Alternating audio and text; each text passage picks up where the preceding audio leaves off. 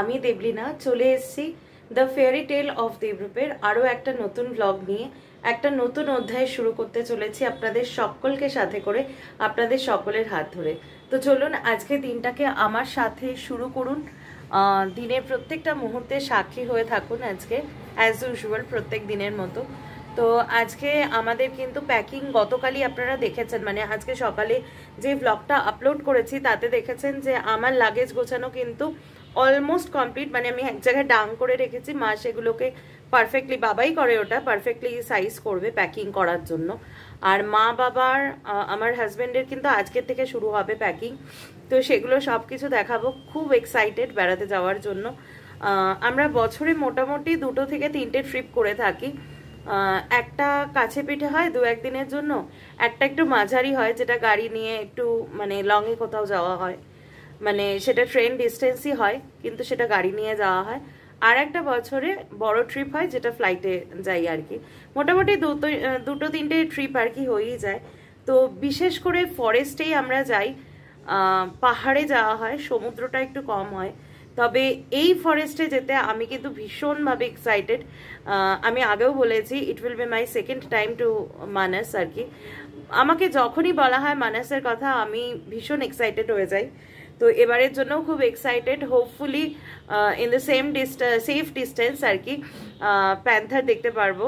Black panther দেখার আমার ভীষণ ইচ্ছা, আমি কোনোদিন দেখিনি, যেটা একদম মানসে গেলে কিন্তু ভীষণভাবে দেখা যায়, স্পটিং করা যায় আর কি।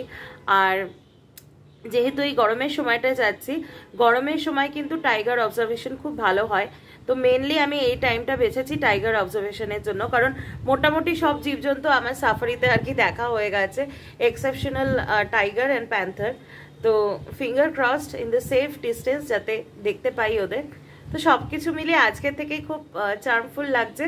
দিনটাকে শুরু করছি, আমার সাথে প্রত্যেকটা মুহূর্ত এনজয় করুন, পুরো ব্লগটাকে দেখুন। তো আপনাদেরকে একটা জিনিস দেখাই, দেখুন এত সুন্দর লাগবে দেখতে। অনেক দিন পরেই জবা ফুলটা ফুটেছে, দেখুন জবা ফুলটা একবার দেখুন। এই জবা ফুলটা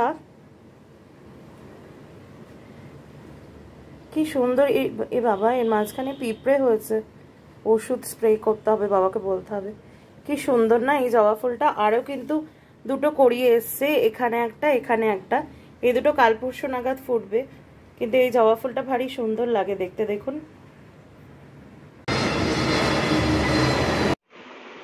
তো অ্যাজ ইউজুয়াল আজকে অনেক সকাল সকাল উঠে গেছি, সেই জন্য অনেকটা সকালে ব্রেকফাস্ট হয়ে গেল। রুটি আর ফুলকপি, আলু, টমেটো, গাজর দিয়ে একটা মানে মিক্সড ভেজ আর কি, কড়াইশুঁটি। হ্যাঁ, কড়াইশুঁটিটা প্রিজার্ভ করে মা রাখে আর কি সারা বছরের জন্য ফ্রিজে।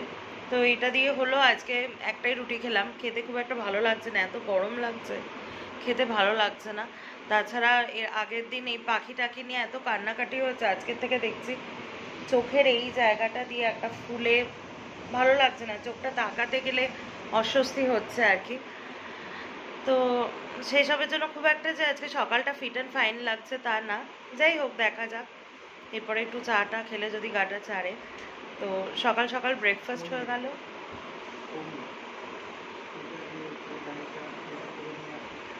সকাল সকাল সেটাই বলছি যে ব্রেকফাস্ট হয়ে গেল। বাবা একটা কথা বলতে এসেছিল আর কি, সেটা শুনলাম। তো এরপরে হ্যাঁ, দেখুন একজন মন দিয়ে লাগেজ গোছানো শুরু করে দিয়েছে। অলরেডি কালকে হয়ে গেছে লাগেজ গোছানো। গোছাও, আমি নিচ্ছি। কেন খারাপ কি লাগছে? ভালোই তো লাগছে। এটা হচ্ছে মাদেরটা, আমারটা এটা গোছানো হয়ে গেছে। আমারটা ঠিক করে হয়েছিল না, মা সেটিংটা করে দিয়েছে। এখনো একটা নেবো ভাবছি সালোয়ার। আর এটা হচ্ছে মাদের, মা আর বাবার। ঠিক আছে, এখনো কটা হবে? ওর তো একটা হবে, তারপরেও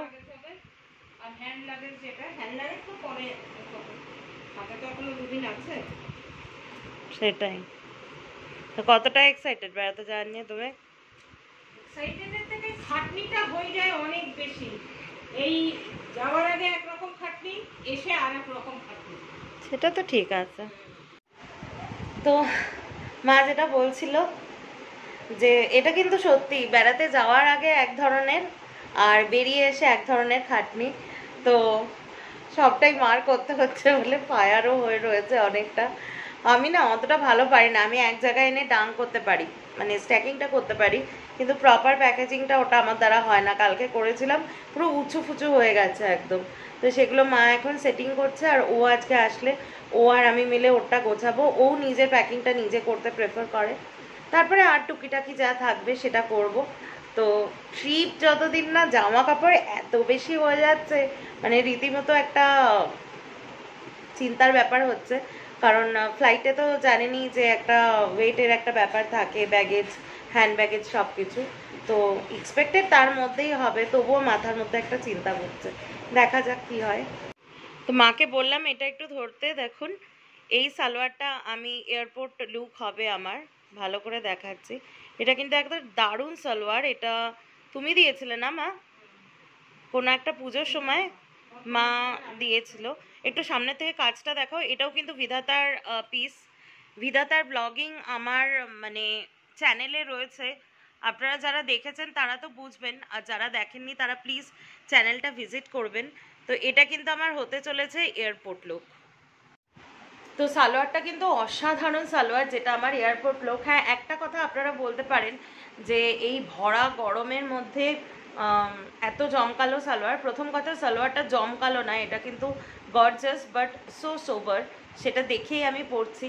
তাছাড়া দেখুন মোটামুটি যা সেট আপ হয়েছে, তাতে বাড়ির থেকে এসি গাড়ি থাকবে, তারপরে এয়ারপোর্টে তো এসি আছে, তারপরে আমরা যেখানে যাচ্ছি মানসে, আমি তো সবসময় কথা বলছি প্লাস ক্লাইমেট দেখছি, ওখানে কিন্তু মানে দিনের বেলা 20-22-এর মতো টেম্পারেচার, কি একটা পড়লো, 20-22-এর মতো টেম্পারেচার, আর রাত্রেবেলা কিন্তু নেমে যাচ্ছে ওরকম 10, 12, 14। আমি দুদিন আগেও দেখছিলাম রাত্রেবেলা 14, যেখানে আমি এখানে রাত্রেবেলা 17-তে আমি আর ও এসি দিয়ে ঘুমাচ্ছি, সেখানে ওখানে উইদাউট এসি জাস্ট ওয়েদারেই 14 ডিগ্রি।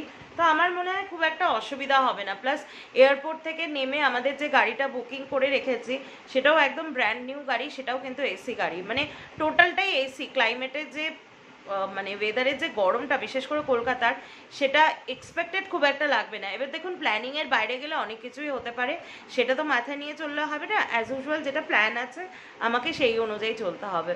তো সেই জন্যই আর কি ভাবলাম একটু মাঞ্জা দিয়ে এয়ারপোর্ট লুকটা করব।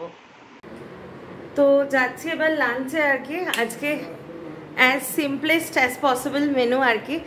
মার আজকে হাফ ছুটি দিবস রান্নাঘরে, তাই সহজ রান্না হয়েছে আজকে, একদম ভাত, উচ্ছে আলু সিদ্ধ, ডিম সিদ্ধ, এই হচ্ছে হাফ ছুটি। ও মা আবার আম দিয়ে খাচ্ছে, মা বাবার খাওয়া প্রায় হয়ে গেছে, আমার একটু আসতে দেরি হলো। তো এই আর কি আজকের খাবার। তবে গরমের দিনে না এই খাবারগুলো ভীষণ ভালো লাগে, সেই জন্য মজা করেই আর কি বললাম যে মার আজকে রান্নাঘরে হাফ ছুটি দিবস। তো ঠিক আছে, খেয়ে দিয়ে নিই, তারপরে আবার ফুল চেম্বারে ঢুকে যাব, এছাড়া তো আর কোনো উপায় হচ্ছে না। তো সেই জন্য খেয়ে দিয়ে কত তাড়াতাড়ি যাওয়া যায় আর কি এসি রুমে। দেখলেন এখন বাজার থেকে ফিরেছি, এই যে একজনের জন্য একটু এনেছি জিনিসপত্র, দেখি তাকে এবারে দিয়ে কি বলে। মিওমোরের প্যাকেজ, এই যে ধরো নিয়ে আসতে গেছিলাম বাজারে, মাছ নিয়ে এসেছি, আর একটু জাস্ট তোমার জন্য একটু জলপান নিয়ে এলাম। জলপান এর মধ্যে দেখো কি আছে।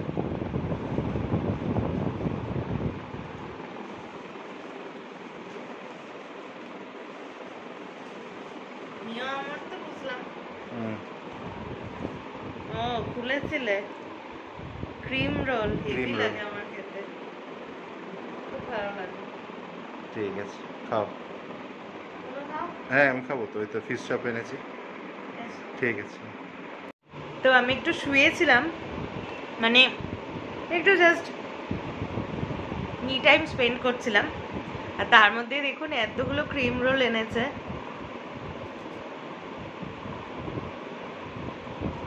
আমার খুব ভালো লাগে ক্রিম রোল খেতে, অনেক দিন খাই না, প্রায় 6-7 মাস পরে খাচ্ছি আর কি। আমিও আমার এই ক্রিম রোলটা খেতেই বেশি ভালো লাগে, মাও ভালো খায়, ও ভালো খায়, সেই জন্য নিয়ে আসা। বাবা এসব কোনো কিছুর মধ্যে নেই। ক্রিম রোলটা খাবো, তারপরে দেখি ও আজকে প্যাকিং নামায় কিনা। তো এই যে একজন বাজারে গেছিল, বাজারে গিয়ে বেশ মাছের অনেক কিছু ভিডিও নিয়েছে, যদিও আমি ওকে বলেছিলাম যে সেলফি মোডে ভিডিও করে কিছু বলতে, but he was not comfortable to make a video in fish market. তো যাই হোক, ওকে বলেছিলাম তোমার কমফোর্ট অনুযায়ী করবে।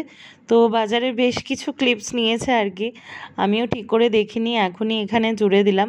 তো আমাদের এই লোকাল যে মার্কেটটা, ফিশ মার্কেটটা, ভীষণ ভালো মাছ পাওয়া যায়, টাটকা মাছ একদম। মাছের বাজারে তো তো দেখি চিংড়ি সেই মাছ জন্য নেই। ইভেন রাত্রে খুব ভালো পাওয়া যায়, সেই জন্য ওকে কত বললাম বলে চিংড়ি যে মাছ? কিছু চিংড়ি মাছ নিয়ে আসতে। কত দিচ্ছ? আজকে ভাবলাম চিংড়ি মাছের একদম একটা সিম্পল হ্যাঁ? একটা মেনু আর কি বানাবো, যেটা দিয়ে রাত্রিবেলা রুটি ভাত দুটোই খাওয়া যায়। তো চলুন দেখে নিন কি বানাচ্ছি। আচ্ছা, এখন আমি করব পেঁয়াজ রসুন দিয়ে চিংড়ি মাছের কষা। তো মা বললো এটা করতে, এটা আগে আমি করেছি। চিংড়ি মাছগুলো না অনেক বড় বড় আছে। ফার্স্টে মা ভেবেছিল ছোট চিংড়ি দিয়ে বাটি চচ্চড়ি করবে, কিন্তু বাজারে গেছিল দেখলো চিংড়ি মাছগুলো বড়, তাই মা বললো যে পেঁয়াজ রসুন দিয়ে আমাকে করতে।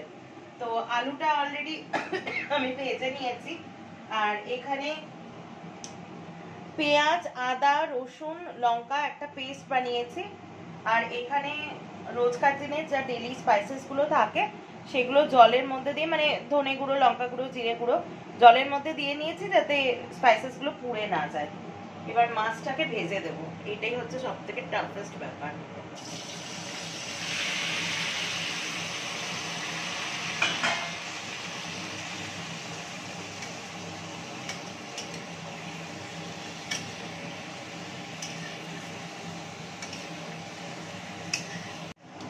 তো এবার ভাজা হয়ে গেছে, মাছটাকে কিন্তু আমি এইরকম সফট রাখবো, এই যে খুন্তি দিয়ে দেখাচ্ছি, এরকম গেথে গেথে যাবে, এরকম ভেঙে। তার কারণ হচ্ছে চিংড়ি মাছ যদি ওভার মানে ফ্রাইড হয়ে যায় তাহলে কিন্তু পুরো স্টিফ হয়ে যায় আর কি। এরকম লাগছে দেখতে, দারুণ লাগছে। চিংড়ি মাছগুলো এত সুন্দর এনেছে।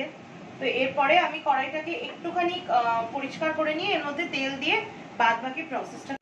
আচ্ছা, এবার এতে ফোড়ন দেব হচ্ছে দুটো এলাচ নিয়েছি, বড় এলাচ, লবঙ্গ আর দুটো দারচিনি। এবার এতে এটা ফোড়ন হিসাবে অ্যাড করে দেব। আমি কুটিটা কোথায় রাখলাম? এটা খুব ভয় লাগে আমার, টস টস করে কাটবে।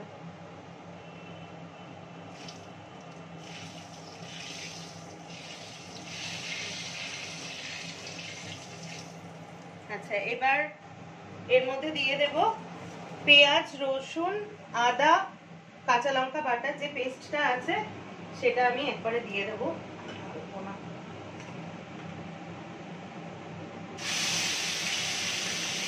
অনেকক্ষণ ধরে অ্যাজ ইউজুয়াল যেটা মশলাটাকে কষাতে হবে, যতক্ষণ না তেল ছেড়ে না বেরোচ্ছে, আর একদম ধিমে আছে, এগুলো তো জানেনই আপনারা। তো এটা দেখুন অনেকটাই কষানো প্রায় হয়ে এসছে, তলাটা এবার লেগে যাবে। এই সময়তে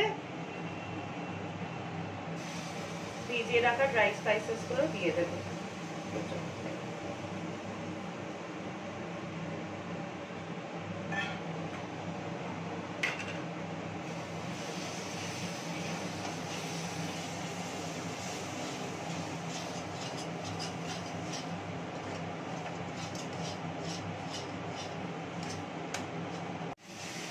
তো মশলা কষানোটা না লং প্রসেস, পুরোটা তো এগুলো তো আপনারা জানবেনই, সেই জন্য পুরোটা নিচ্ছি না। এবার মাছ আর আলুটা ছাড়া সময় হয়ে এসছে, আর একটু কষাবো আমি।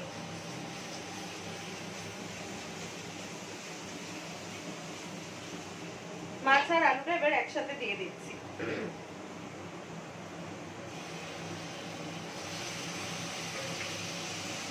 তো এখানে একদম বলতে যেটা ভুলে গেছি সেটা হচ্ছে আমি কিন্তু একটু অল্প হলুদ অ্যাড করেছিলাম মশলা কষানোর সময়তে, এবং পর্যায়ক্রমে স্বাদ মতো নুন মিষ্টি সবটাই অ্যাড করে দিয়েছিলাম, কিন্তু এত গরম ছিল যে প্রত্যেকটা জিনিস আলাদাভাবে নিখুঁতভাবে বলতে পারিনি, সেই জন্য একান্তভাবে দুঃখিত। তো এখন বলে দিয়েছি, আপনারা সেইভাবে অ্যাড করে নেবেন, অবশ্যই কিন্তু খুব সুন্দর টেস্ট আসবে। রান্নাটা কিন্তু প্লিজ ট্রাই করবেন।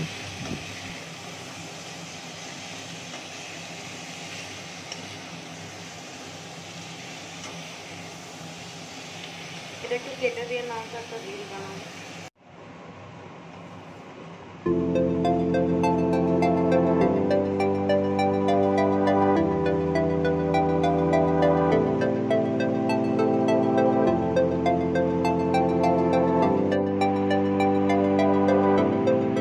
তো এই যে আমাদের গরম গরম চিংড়ির কষা একদম রেডি। নামানোর সময়টা আমি একটু বলেছিলাম মাকে নামিয়ে দিতে। এই হচ্ছে ফাইনালি আউটলুকটা। তো অনেকক্ষণ হয়ে গেছে, ডিনার কিন্তু কমপ্লিট হয়ে গেছে। অলরেডি মশারির মধ্যে ঢুকে এসেছি, শোয়ার তোড়জোড় চলছে। আর ও একটু অফিসের কিছু কাজ করছে, কিছু পড়াশুনো আছে, ও একটু পরে শোবে। সেই জন্য আমি এখনই চলে আসলাম, ব্লগটাও এডিট করছি। এই সময়তে তো ঘুমানো যায় না, ও ঘুমাতে পারে না, তাই জন্য একটু ঘুমাতে ইদানিংকালে দেরি হয়ে যাচ্ছে। ও আসছে, তার মধ্যে আমি ব্লগটা এডিট করছি। এডিট করতে করতে হঠাৎ মনে পড়লো ব্লগটা এন্ডিং করা হয়নি, তো এখন সেই জন্য ব্লগটা এন্ডিং করছি। আর ব্লগের শেষ পার্টে একটা ইন্টারেস্টিং জিনিস রাখবো, সেটা খালি দেখবেন একবার, দেখে ইন্সপায়ার্ড কখনোই হবেন না। এটা মাঝে মধ্যে আমাদের একটা ক্রেজিনেস। তো ওর ইচ্ছাটা খুব কম থাকে, আমার ইচ্ছে বেশি থাকে। যাই হোক, আজকের ব্লগটা এখানেই শেষ করছি। ব্লগটা যদি এই অবধি দেখছেন, তার মানে ব্লগটা আপনাদের ভালো লেগেছে। আর ভালো লেগে থাকলে কি করতে হবে, please do like, share and subscribe to the fairy tale of Debrup, যাতে আমি দেবলীনা আরও অনেক বেশি ইন্সপায়ার্ড হয়ে আরও নতুন নতুন কন্টেন্ট নিয়ে আপনাদের সামনে আসতে পারি, আপনাদেরকে আরও ভালোভাবে এন্টারটেন করতে পারি। তো কালকে দেখা হবে আরও একটা নতুন ব্লগে। ততক্ষণের জন্য আপনারা সকলে সুস্থ থাকবেন, ভালো থাকবেন, শান্তিতে থাকবেন। তো দেখা হচ্ছে কালকে একটা নতুন ব্লগে। আর ব্লগ এন্ডিং হওয়ার পরে একটা ছোট্ট ক্লিপস থাকবে শুদ্ধ আপনাদের জন্য। ততক্ষণ বাই, গুড নাইট। রাত্রির প্রায় 1:30 বাজে। দেখুন আমার মিডনাইট ক্রেভিংসের অবস্থা। কেউ জানে না, চুপি চুপি চুরি করে করে খাচ্ছি।